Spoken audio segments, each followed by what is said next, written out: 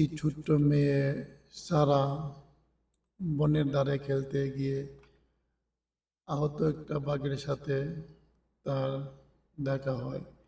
তার মায়াবী চোখ দেখে সারা ভয় পেল না।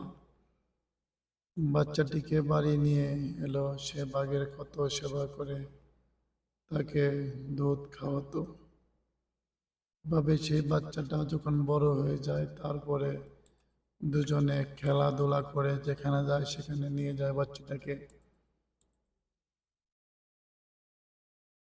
একে অপরের সঙ্গে ঘুরে বেড়ায়, উপভোগ করে। পাখিটি সবার প্রতি কৃতজ্ঞ ছিল।